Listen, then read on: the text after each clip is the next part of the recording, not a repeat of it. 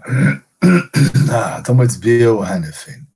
Ti ri brian seo léomh na nóoch Tás Meiriceá den sichú lá níanaid ráhílas nuidíag agus mar a ecin sibh ón pictiúr tá sé pléochtach sa bheanna sa bheanna iarthar sé. Sin coast Loch Michigan in Chicago. A bhfuil cuid wa de rúte henne fin.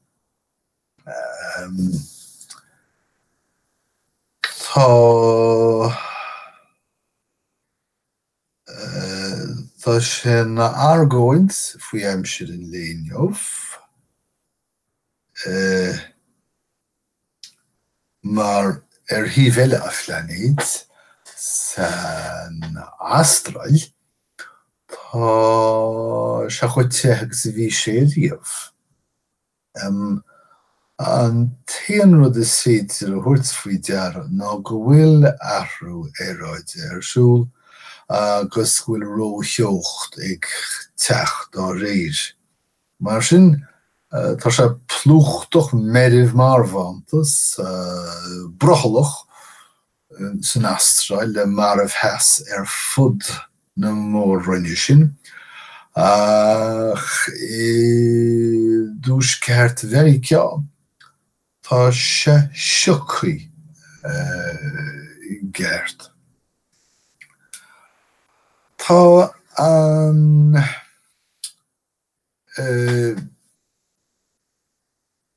Tá tachran ag leannacht raí sa Veiniséala le Nicolás Maduro ag cynnal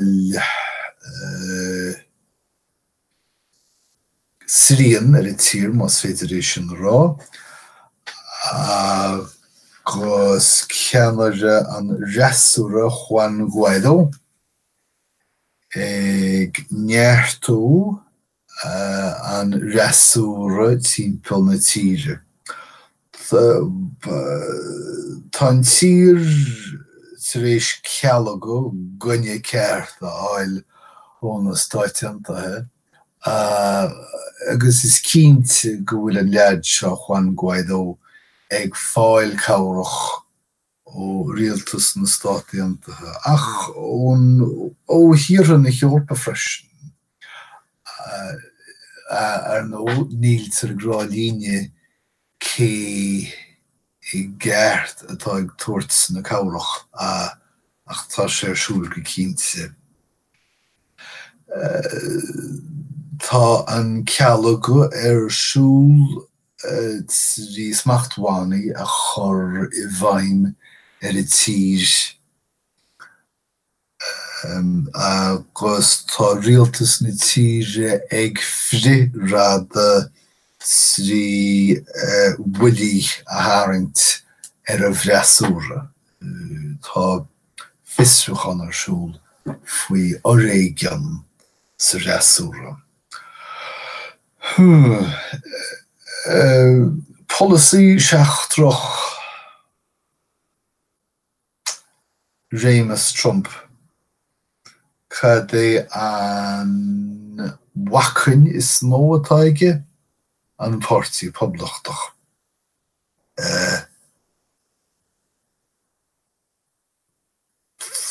Tá cuidmhá daoine sa pártaí poblachtach cheapan go mo tubaiste é tarraingt amach as Síria agus an Afghanistan. Níl muín acha sa Chóiré thuaidh. Feiceann siad bagart sa Stát Islamach. Creideann siad go bhfuil an rúis olc agus go bhfuil NATO go maith. Sin coshaintir an pháirtí poblachtaí. Ach fearir níl siad ar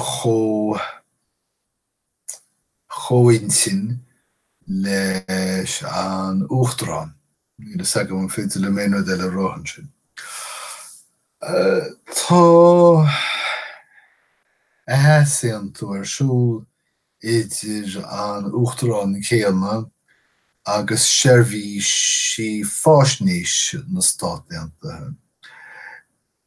Go háirithe tá na seirbhí sí fáisnéis ceistú agus I gceasaíonn leis an uachtar an Trump I dtaobh contúirt sannaí agus gúiseannaí idirnáisiúnta. Agus tá an dá híomh ag teacht salach ar a chéile go háirithe I dtaobh a Chóiré thuaidh. Idir an dálín tá siad ag tuairt Ró-fhuacht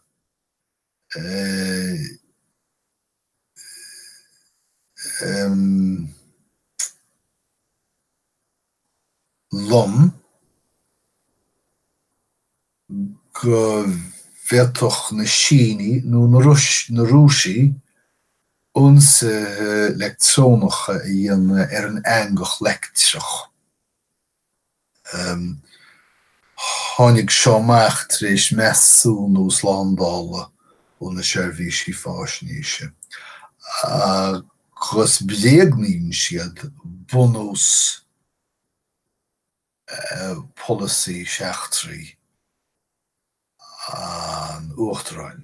Ní léana de go ráthacha, ní Meiriceá. Tá dlí na Stát Aontaithe tá sé trína chéile I dtaobh reithní. Rion stáit tar éis an solas glas a thabhairt don ráineach agus tá rion stáit eile tá go hiomlán ina Haí agus tá caithreachaí mar a gcéanna, scoiltí. Well, tá póilíní Baltimore tar éis tuairt le fios go scaoiligh siad le cuireannaí reithní ach tá easaontas sa chathair sin ina thaobh. Ní léana de le ráthacha faoi sin, ní Meiriceá. Tá polaisaithe díana dulúpa dochta réimeas Trump ag chur le deacrachtaí imirce ar theorainn Meiceá. Tá na polaisaithe seo bhaim chun inimircí mídhleathacha a dhíos breaga agus iad a chur an teorainn. Ach tá na polaisaithe seo ag chur le contúirtí dá réir go háirithe dómh siúd atá ag déanamh an eistir siúil timpeall na trasna na teorainn.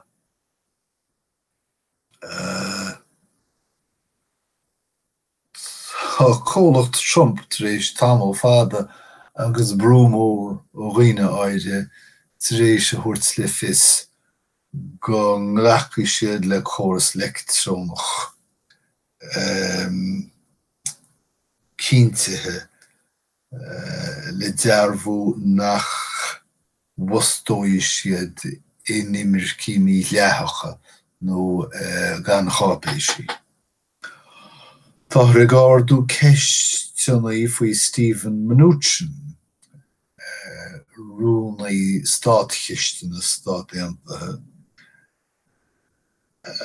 Mar is cosúil go bhfuil ceangail, dlúthcheangail aige le holigarchaí na Rúise.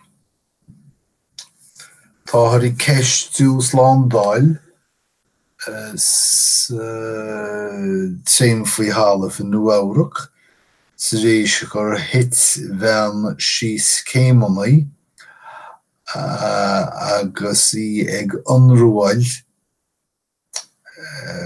bogaí le páiste 1 bhliain ann. Scior a cos agus hit an bhean na nua an mulaí agus fuair a créitear bás.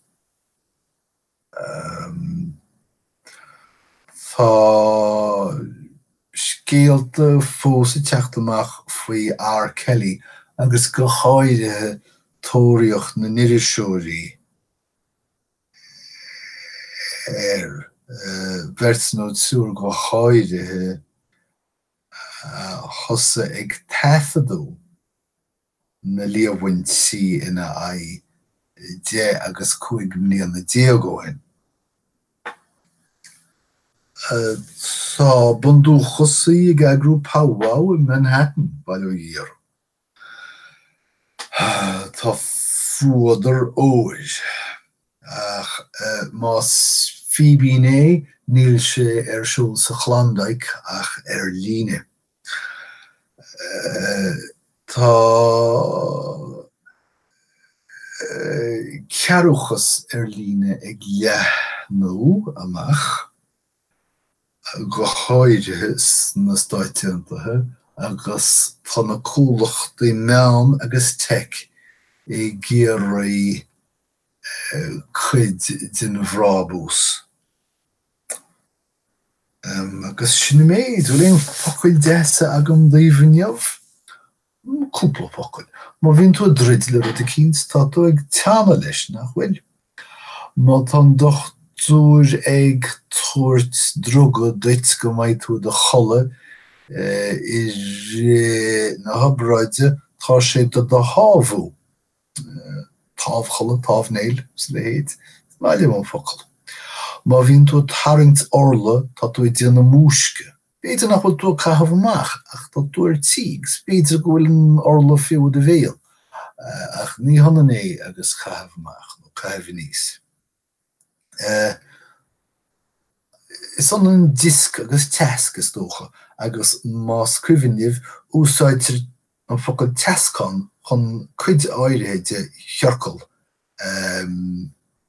disca jaar amach mar fisa pizza mar am leis an teascán. Idir an discán é. Beidir é. Má bhíonn tú meán scrúdúrad, bhíonn tú á bhean scaga. Agus cílíonn an bhláram sin go bhfuil méid rééis rá nó méid déag a chaithfid an taifid seo, agus mar sin tar sin anlam stoppel, maar ní bhaid sé begéiste le taifid níos chuite ná sin. Ní bhaid sé begéiste le taifid há nó méid déag go mbeidh. So bíon ráthirh agus tásúil le go mbeidh muid a cancla chéile a rís sa bhád. Slán